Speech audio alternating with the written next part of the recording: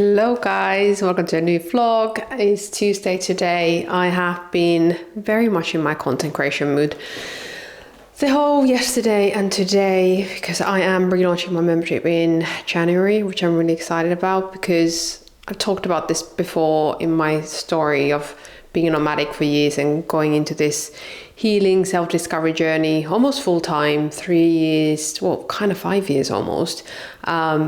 Anyway, doing it for a long time.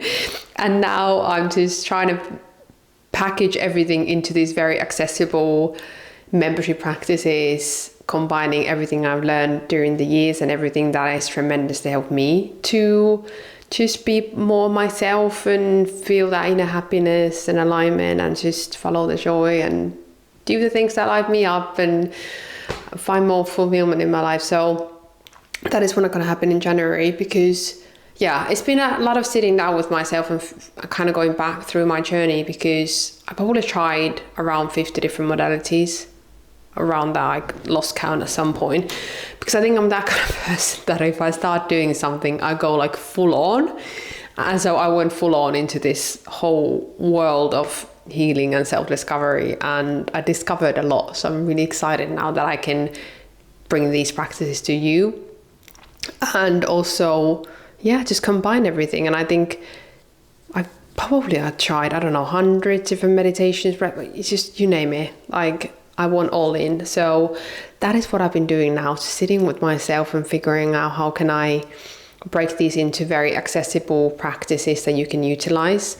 Some of them are already filmed, which I've been actually using myself a lot lately because always when I'm this very, it's never ending practice. That's why I do call it a daily practice, that it's just a daily conscious effort on showing up for yourself and understanding how you're feeling. And then based on that, just really having that self-love and self-nurturing and dedication towards yourself.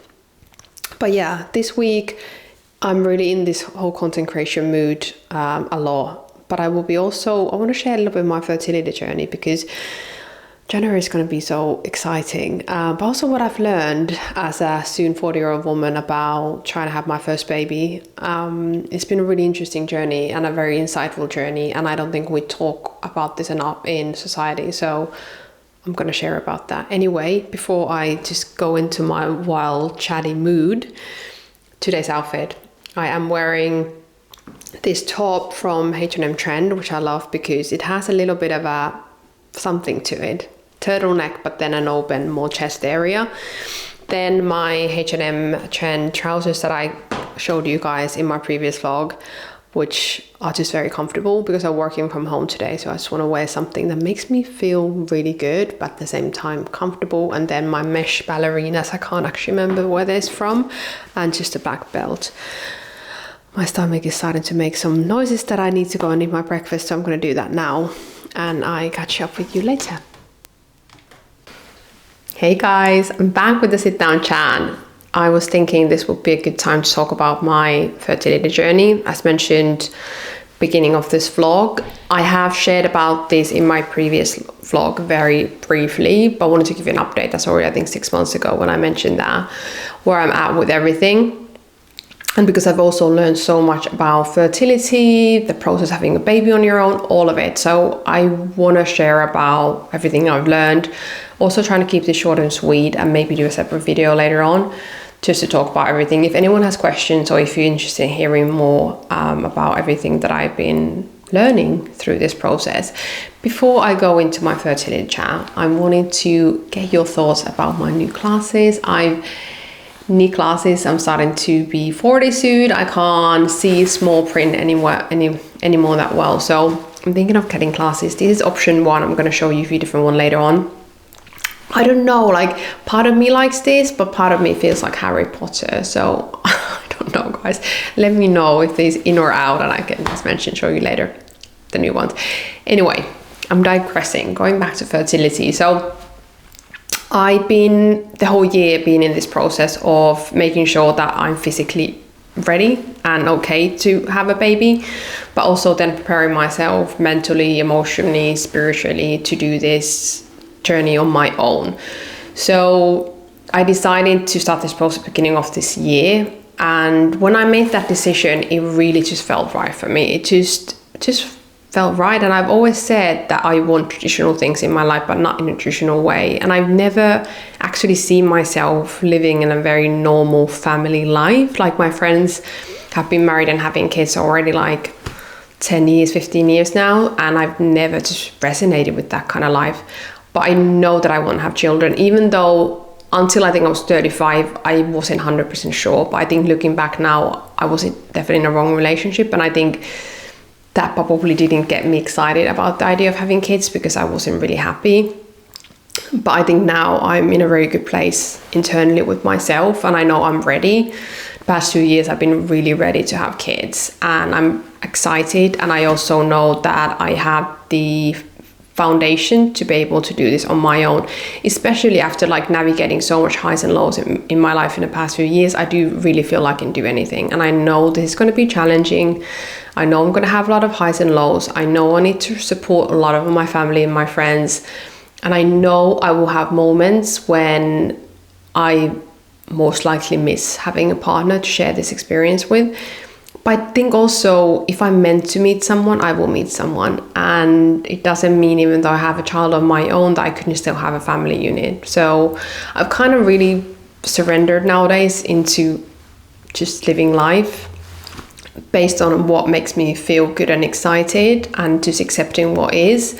And this made me feel good, and it made me feel like I'm making the right decision. And I'm just trying to leave the timing to the universe. If I'm meant to meet someone, I will, and share this experience and maybe have more kids.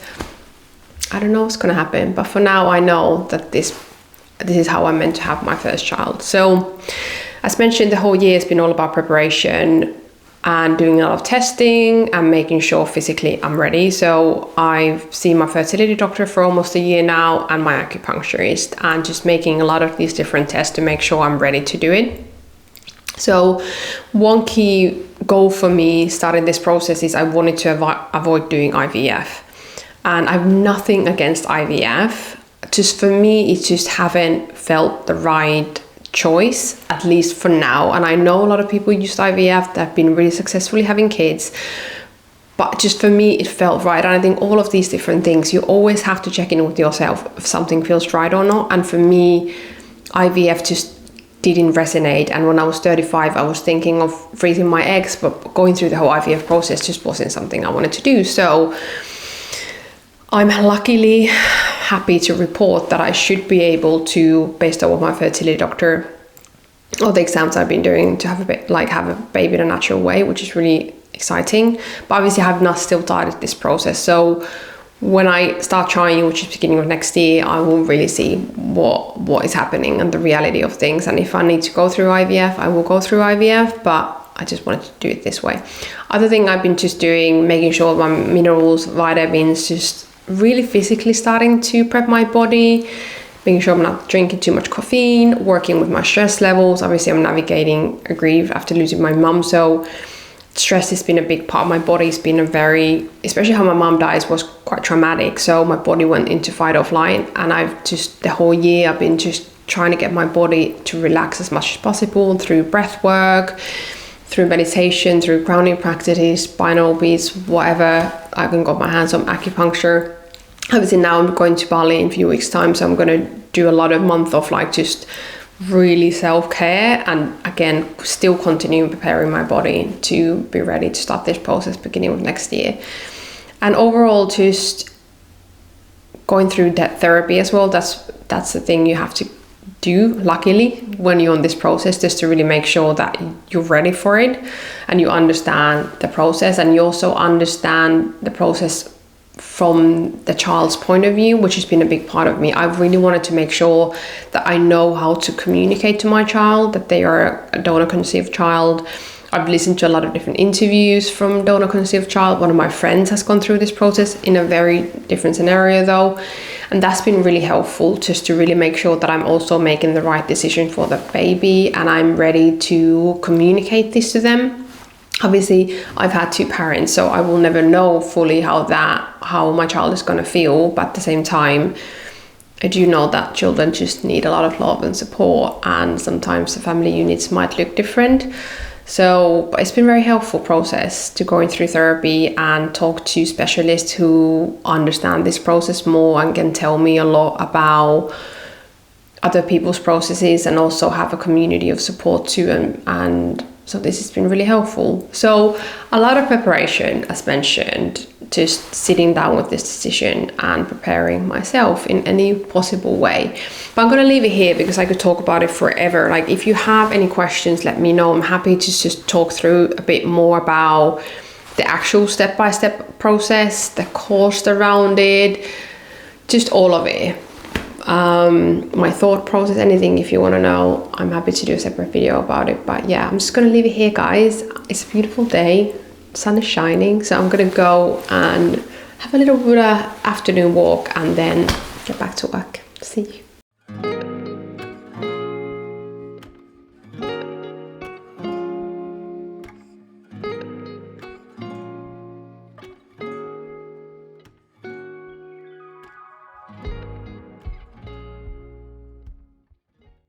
Hi guys, happy Sunday.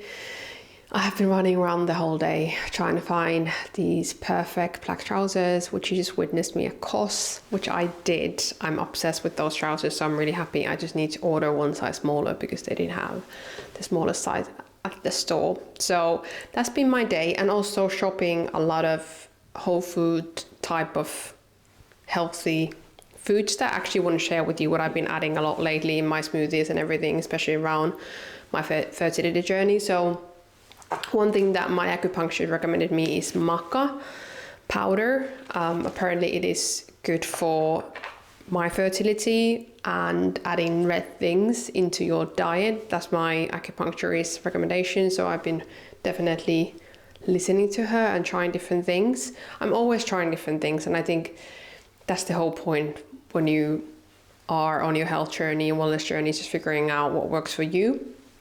Other thing that I do normally add into my smoothies as well is collagen, which I read a lot of the science. Some people say collagen powders work. Some people say that they don't really do anything. I still use them. I don't notice a huge difference, but I do it anyway. The easiest probably marketing target for anyone, because I'm like, anyone like that can help you to feel better, I'm like, I want to try it.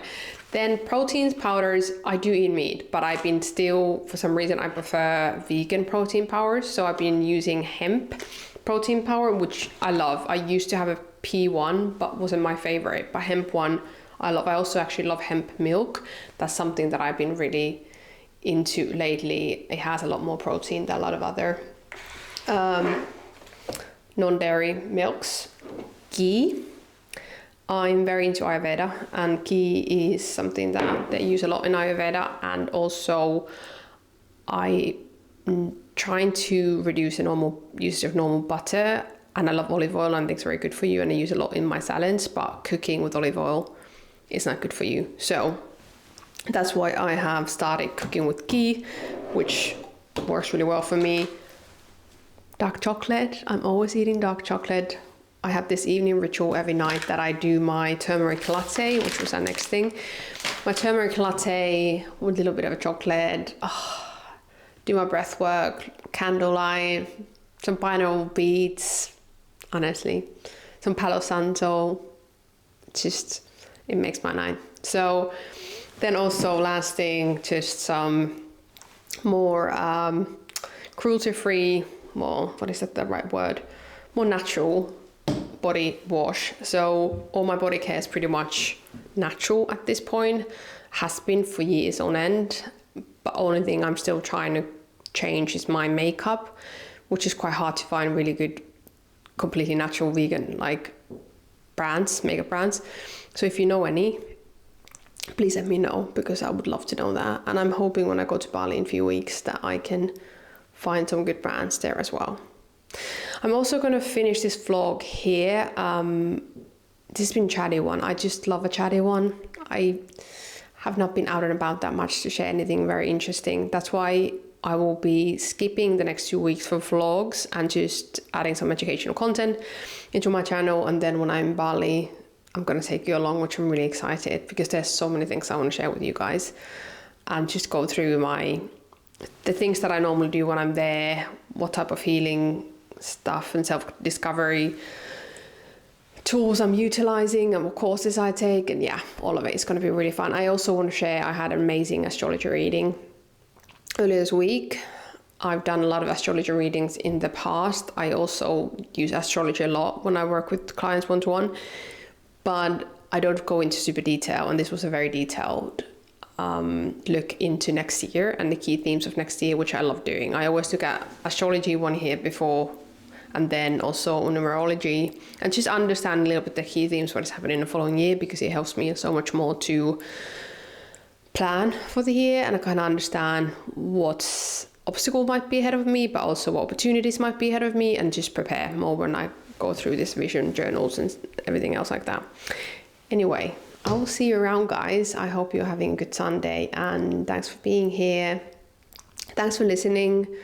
I was sharing a lot about the fertility journey. Sometimes it makes me feel a little bit uncomfortable sharing that, but I think it's important because I do want to share it, and yeah, to share it with people who might be thinking about doing something similar that I'm in the process of doing. But take care. We'll see you next week.